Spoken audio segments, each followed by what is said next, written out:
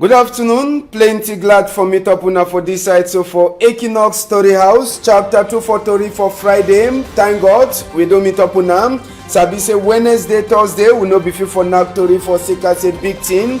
It be the pass for inside we country. Strong number them for this afternoon.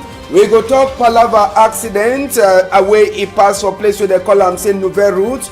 Call Bisong na for Yawende this morning time where big motor sesep e law e craze e jam some other motor them. So for Tori for this afternoon we go take una go for that side for Labour office na for Douala here for talk for na say that work people them where they be don't come out them for work for Chantier Naval they don't go continue for she don for strike. They come now with their woman them for talk say they want that money wey Nkunkuma be don promise say e go pay for them 16 moon e don already pass. We go take una too we discover some place where they call am say Bakoko Yabaki na road when you wan go for that side so for Southwest waiting dey for day una go see am inside Tori for this side newspaper dem say dem too they go talk their own tori wey e get for happen. Big part talk for this afternoon e dey tell we say wetin say since hunter man e dey use for put dog for catch ground beef na for Koniho ground beef say e don get sense e dey make na plenty Koniho dem. I say since hunter man e dey ever put dog na for ground beef e Koniho for catch am na so too ground beef e don get sense e don make na plenty boxing dem so that hunter man e no go fit for catch it. On Etuke Divine for Isokolo for Limbe na e send we big part talk for this afternoon. I dey turn back small time.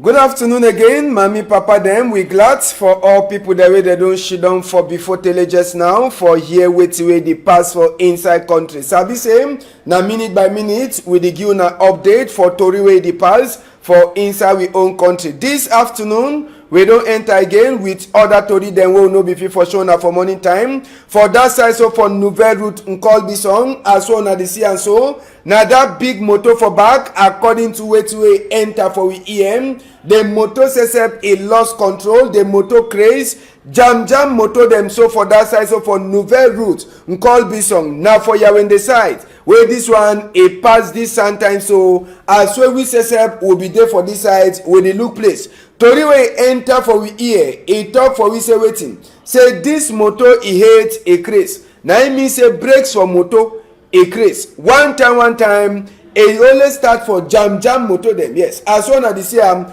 all that motor dem na motor dem wey normal like this one so if you know for dodge dem for jam am na one that way see am so e jam am e jam that taxi too for back na so too the taxi too e jam the big motor for back so e be dey na palava jam me I jam you na for Nouvelle Route Nkol Bisong as well I talk for na for Yawende side where this accident so e happen so like some 4 motor dem I say 4 motor dem they be there inside the accident na all dem that way they turn up so for line for that side so one way e craze e jam another one e jam even this motor so on I say where e turn up so he self e don jam na another motor so all dem they be there for line.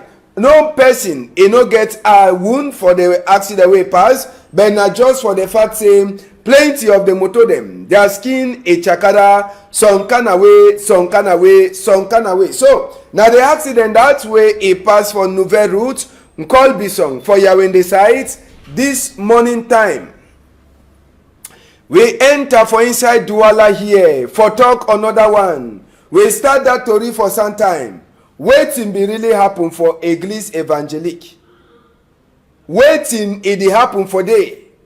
They say this time around pastor they don send pastor for different office na im mean say the pastor be get for commodity church for New Bell e go for different office dey enter wey all the now dey start knack head so small hot e be dey Why the pastor wey get for comot no get for comot? Why the other no get for comot? Last come the people jandam them, yeah, and even who them police. They pick some people then they say make they go say they like say na they cause confusion na so they carry them so comot they say make they go make investigate but the tori for on top all the thing na say wetin they don say new pastor for church for New Bell. Yes, they don say new pastor for church for New Bell, Eglise evangelical church for inside Cameroon. The new pastor instead for he for comot for pastor house he go for a new church go find the pastor house he sing he talk say na caterpillar go comot it. Yes, no Kapatu Joseph he say na caterpillar go comot for that house.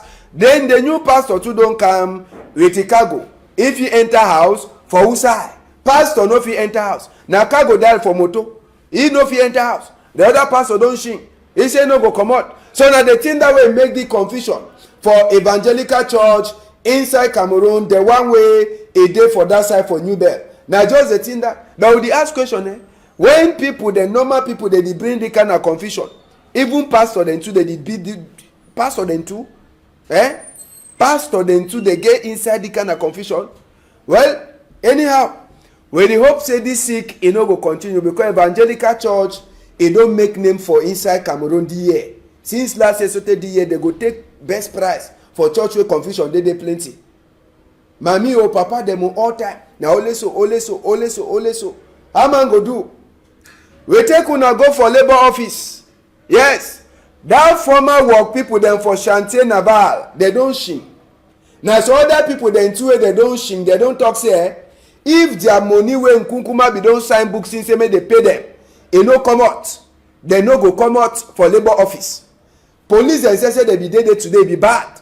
For seeker say they come with their woman dem. Yes, the woman dem too the one dey wey marry never chakara the woman dey be dey. Sabi say since wey they promise the people dem say they go pay them money wey they don comot them for work so tey today they never pay them that money.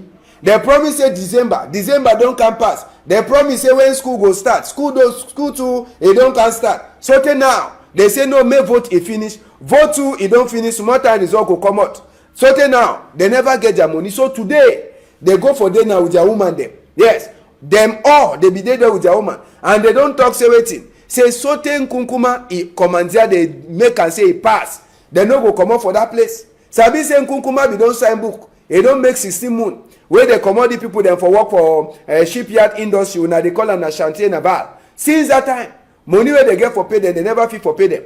You get someone dem for here wey they don lost respect. Woman e no dey respect dem again for house so sika say they no dey bring chop money. You get someone dem wey marry don chakara woman they don run go with the pikin dem. You get someone dem wey they don respect no dey one way they be dey call her uncle now so small pikin go call am John come for here.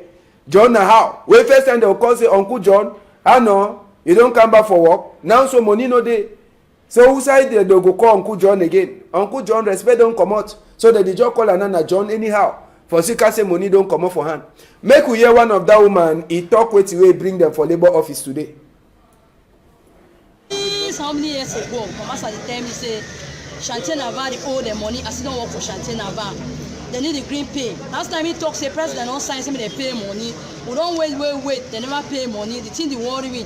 Na wait today say maybe sir can't take my own eye at chop Christmas for know whether that money na how. Na we don come for here today. Pikin they know dey go school. They be say they will pay money for December. We chop Christmas. Nothing. No chop. Landlord dey worry we. Landlord dey disgrace we. Pikin they know dey go school. Pikin they ask question. We don't know waiting for talk for pikin them. Now you are saying I can't can't join my master them, my brother them. But we strike. Na peaceful strike. We need to block no place. We need to disturb no place. We want make government see and say we will suffer. Yes, na just for waka for making government necessary for understand say this so country trunk plenty. But now waiting be the trunk talk where you want send am for up as we na peaceful waka wanna make am for that side.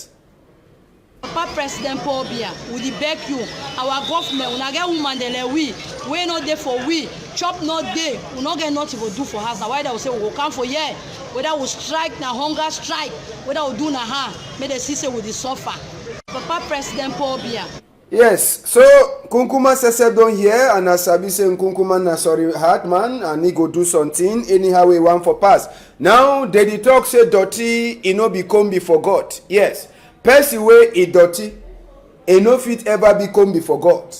And we don dey talk this palava for forever.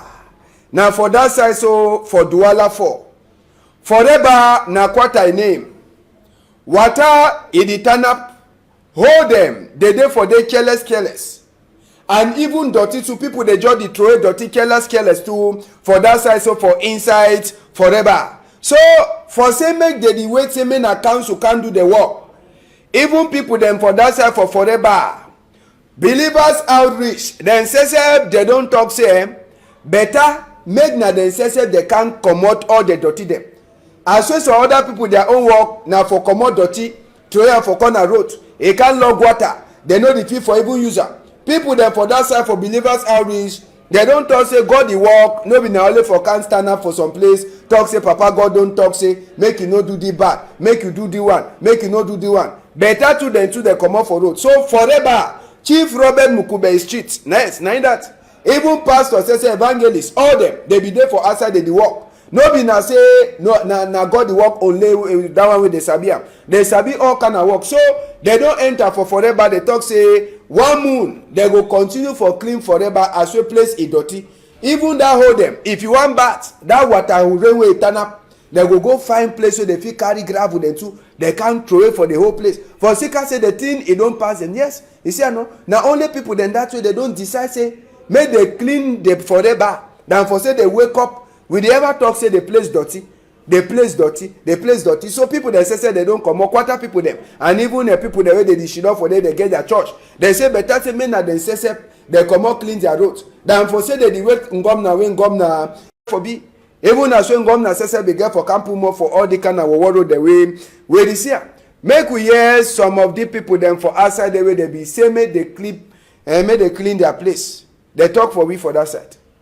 Some talk the way that they talk say cleanliness is being near to God. So we will discover them. We're ministry there for this forever now, don't be for some years. So we discover them say the quarter two get some places the way they dirty the day. Instead of we for the complaint, they talk about the dirty. We like the church we decide for do a 1 month cleanup of the quarter. So now the thing that we do for here. You see. Yes, now for talk say no be na only for she don for inside church do thing them dirty and God they no become be at all. Ask yourself wetin you don do am for your country, no be na thing wey your country don do am for you. To talk the word don hear am. We go take una enter for that side so for Bakoko Yapaki. Una sabi the place no? People the way they go for that side for Boya. Now the last place this way you go pass before you cross on top Mongo Bridge. Now the place that they call am say Bakoko Yapaki. Yes, now the place that e dey for under the Bombari subdivision inside Mongo. But now say e dey na for roads for that side so where they go southwest. Binet e dey show say all thing dey waka fine. But true, the people them for Bakoko Yapaki, water they no get. Yes, they no get water. All pump them, they don't dry. No water no dey come out. You dey see meter for there, you check say water dey come out, you fool yourself. All pump them, they don't go strike by first pension. Pump water no dey come out for there. So now for inside the place so, now this is how they carry water. They don't use leave them for palm tree, cover the whole place. Hospital no dey. If person sick for inside that place for Bakoko Yapaki, now forget, you know dey school. Pikin dey waka far away place before they go school. Hospital na for Mutengene for Southwest, or they enter again for inside Douala right for Bonasama before they get their own hospital. Hospital wey if you look at them, e no dey. So me I don talk problem wey people dey get am. Water no dey, school no dey, hospital no dey, and I think that way normal. Each man e get forget am for inside place. Go up and down. You understand? So governor, una get plenty work for do. I no go talk plenty. As sabi say una sabi when una see una people dey drink water for some kind of work place so e get for touch una mind say e dey so una get for do that people dem some work. Make we hear wetin wey people dem for that side so for Bakoko Yapaki dey talk for we own countryman for that side Cheromanus. Bakoko now water we wash for them. We the manage for water for rush for people them with the back and for drink. With the back and for do all things them day. But now water just made the government just jam for hell for tomorrow. We no get no nothing like water for here.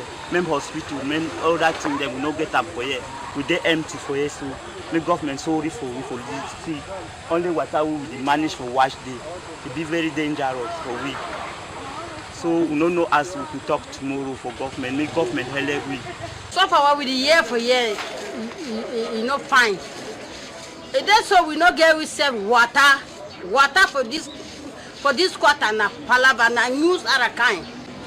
Hospital you know even day. Before man fall sick for year, we gonna arrive for Southwest Mutengeni. So with the over suffer, every be for middle now, your person say be die. So with the big government say me try for help for CC, make help for auditing them. School said no even day. School no day. The thing they said with the suffer and suffer, because they may begin to go na far distance. Woman start labor for you before one thing you reach for hospital for Mutengene that side. Look only distance. Sometimes woman said we don't born for road. Sometimes Pekin said don't die for road. So this thing the red cry for government. Say make government help we with the over suffer for yourself.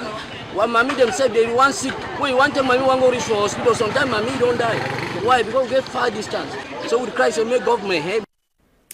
Yes, now people then that for place where they call them say Bakoko Yapaki, now for inside Douala here the day for under Dibombari subdivision, for Mongo division for inside Littoral. Now so we go take on we talk this other palava, we take on go for that side so for church, for Yawende, na Saint Maxeline, for that side so, where the church, it be Tombosa, we don't enter better now so for inside church. Now for sure now the way with that church, it be Chakara so for that side, for place where they call them say Wusai, Minkan, now for inside Yawende, when it go for towards that side so for Simale Airport. Tori we enter for we EM, it tell we say this one now for Sika plenty rain, where it fall for that side, where the church where they so make sabi say they never finish be the church self, the church it Tombosai, and two people themselves have two women them, the town will be the talk the story, two women them, they be don't confirm them say they don't die, for Sika say the church it Tombosai, where they be there for inside church where they be prayer, even for that self, it be the prayer, na moto self that, where it turn up so for that side where the church, it no even fear, it fall on top the moto, but sabi say so now, no person, it never feel for talk, the true thing where it pass for inside this palava so, for that side so where they call them say Minkam, where this church it Tombosai where it kill at least two people them for that side. We go left that palava now so we talk this other palava for Mutumbu people them. Sabi say inside this week we be talk for them say Mutumbu people them where they dey now for under Sonakam. They be the make mash for before National Tory House. The problem be then I say waiting. If the DCM say it they so make a National Tory House, he pay them their door where it they so they ever knock their Mutumbu for inside National Tory House. So now for this say where they make this a mash. Sabi say the Tory will want you now say to them. Now say big man for National Tory House where they call it say Charles Dongo. He says he don't talk say no one can say make Mutumbu people they get any palava or any problem. We hear say he don't already sign check for 350 million for gear like advance for money where deep people them they ask them and he don't talk say waiting the other money he go come up for budget for National Tory House for 2019. So for now the Tory of it talk for them na say Charles Dongo na big man for National Tory House he don't sign for Alpha Club for Limbe side. Plenty people they be talk say this road it be war but as well they see the road now roadway they show say people them for that side for Limbe City Council when Andrew Mutanga says it dey like a governor delegate they say they don't start open the road they don't struggle for see as well they will start fix the road after we population for that side so for Alpha Club if you don't cry say the road it be over war and just for Sabi say for Sika say the road it be war plenty we be get people then where they know be the use better motor for inside that place where they call them say Alpha Club for Limbe side. So population it dey try for glad say it dey so road for Alpha Club work it don't dey go there small even as they work people then they slow they talk say main governor delegate Oga Andrew Mutanga says he try for make and say waiting make the work it go quick so that people then for Alpha Club for Limbe side they no go hear bad again for this Palava road. Sabi say this Alpha Club side, they say for Sika the World roads where they see am where they don't start for work small. They say e make am too na taxi them they the waka for inside the place. For Sika say no man no one spoil the motor for that side. So for Alpha Club road for Limbe. As we talk, we go turn back for the interview them where we be talk with people them for that side for Alpha Club when we meet up for them for Monday. Now so make we enter small for talk Palava Constitutional Council. Sabi say themselves they don't finish their work, they don't finish part 1 for their work where Ibina say make they look inside complain them where all people they be bring them after we vote for getting new Kunkuma. It be happen for number 7 day for this month. Sabi say for inside this arraignment yesterday SDF almost make mash after we National Tory House is stop for show the image as well they don't show for other people their own. And other one na just for Sabi say Constitutional Council they be get sote 18 complain them. The one the way they be quick come out time it be there na one way be there for Bertin Kisop we be send 15 and even 1-2 for Reverend Rigobert. Then even Cabral be own one way they be she done on top plenty it be concern Maurice Kamto and SDF way he finish now for this early morning time. But Sabi say no good result e no come out after all the time wey dey